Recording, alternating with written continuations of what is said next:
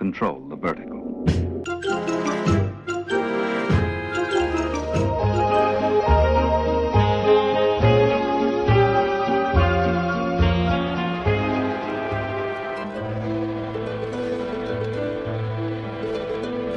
Welcome to Anthologic, the TV anthology podcast. I am your host, Mark. Anthologic is a podcast dedicated to exploring the good, the bad, and the odd of horror, science fiction, and the best of mystery suspense anthology shows and series on TV.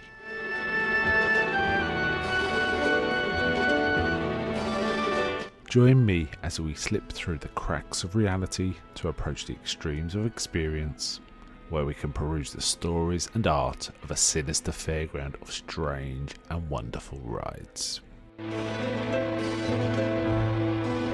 And now we go on to the show that is the focus of this particular episode.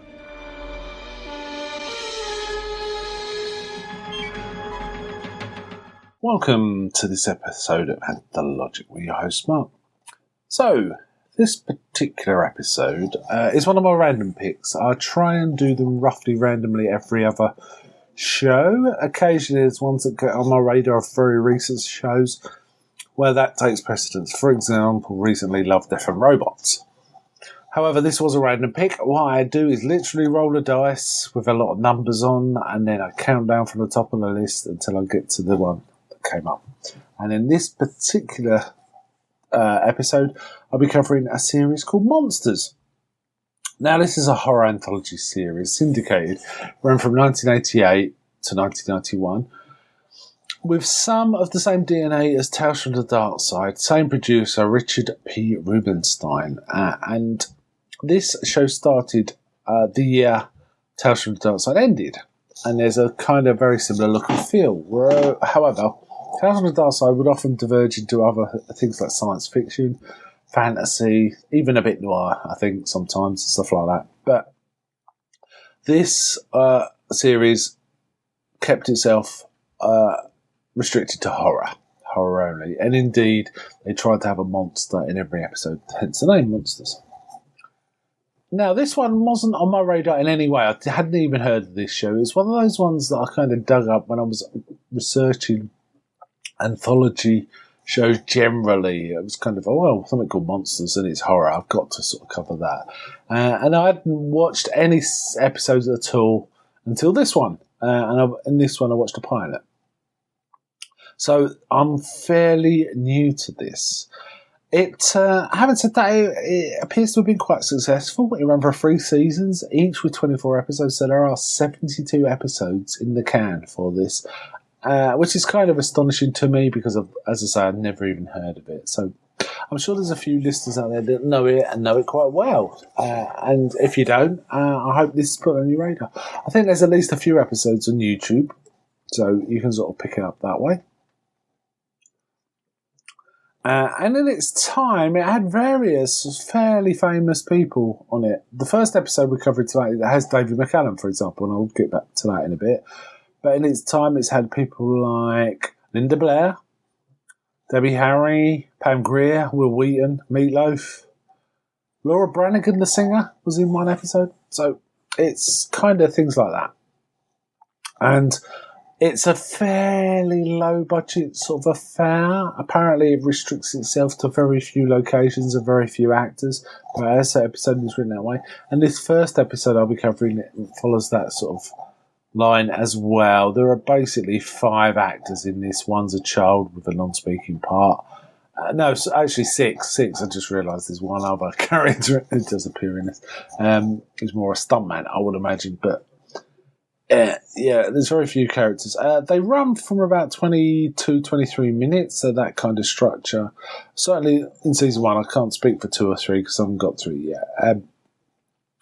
And the opening credits were apparently always the same. It's quite kind of an intriguing one. We see a shot of suburbia, and when we turn up in suburbia, we see the wife is a cyclops with horns, and the daughter is a cyclops with horns as well.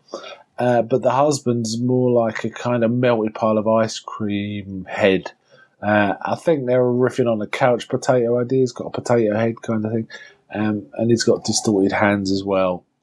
And they're kind of, our favourite show's on Monsters. It's Family Hour and stuff like that. So, and that it was kind of bizarre introduction. You can find it on YouTube if you want to have a look. So yeah, and that's fine. Apparently every episode's started like that. So that's Monsters, as I say, run from 1988 to 1991. Mostly on, it reran on Sci-Fi during the 90s, so it may be quite a few people know it from that too. So episode 1 was called The Feverman. Interesting this, because David McCallum's the eponymous Feverman. Now, it starts with two men and a little girl being carried who's ill, going to see this guy because conventional medicine has failed her. She's got a very high fever and is going to die. So the father, in desperation, resorts to the Feverman while his colleague is haranguing him for doing something that's obviously unscientific and is being duped and all this. He goes, and it's kind of, I've got to try it. It looks like it's kind of set in England. Everyone's kind of got a British accent, so I think it's set in like England at a previous age, Victorian or Georgian or something. And it's David McCallum is this Feverman, and there's an interesting scene at the beginning where he says, "I've got to see the man," and he goes, "No, the housekeeper says you've got to pay," and he keeps offering money, and she says, "It's not enough," and he says, "My wedding ring," he goes, "Not enough, a watch," and she finally lets him in. And there's a big play about how much it costs to see the Feverman, and David McCallum is this kind of slightly drunken guy, and he's saying, the reason.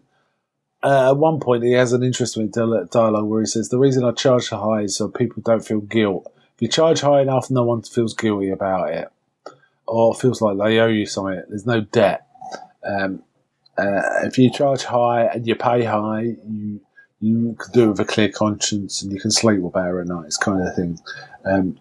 Now, the doctor that's with this guy is angry about it, but at one point he takes the little girl down and goes, "Whatever you do, do not come in." And the doctor's convinced it's a charlatan and says, "Look, come down, I'll show you." He's the other one to it. They go down, and it turns out that the fever has mutated. But I should mention this is spoiler episode, right? Before I continue. Right, I'm going to continue. Turns out the fever has become physical reality as this big blob-like man, sumo-ish, ugly, melty, bald thing, screaming like unintelligent. And in fact, the Feverman says they're not clever, but they're strong kind of thing. And he has to kind of literally wrestle with this guy to beat it.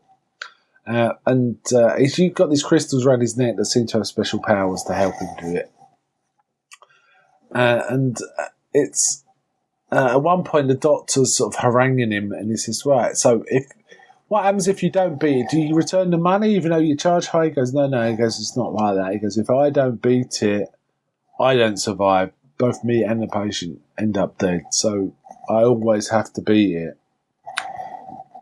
But because of the interruption of the two men, David McCallum gets put off his stride and kind of gets hit against the wall, and he's saying, "Yeah, I'm dying now."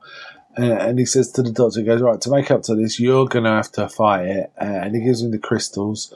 It's on this broken chain, but he says, "Just put the points together and it'll reattach itself." And it does that.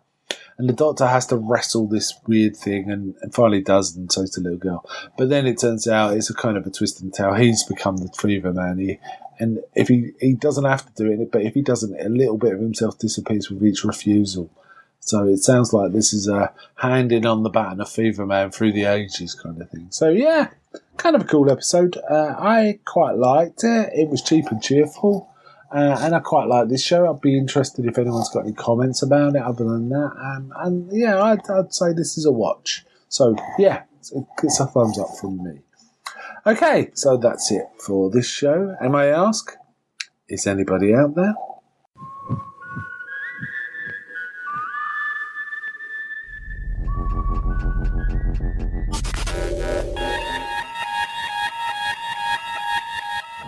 We now return control of your television set to you. Until next week at this same time. when the control voice will take you to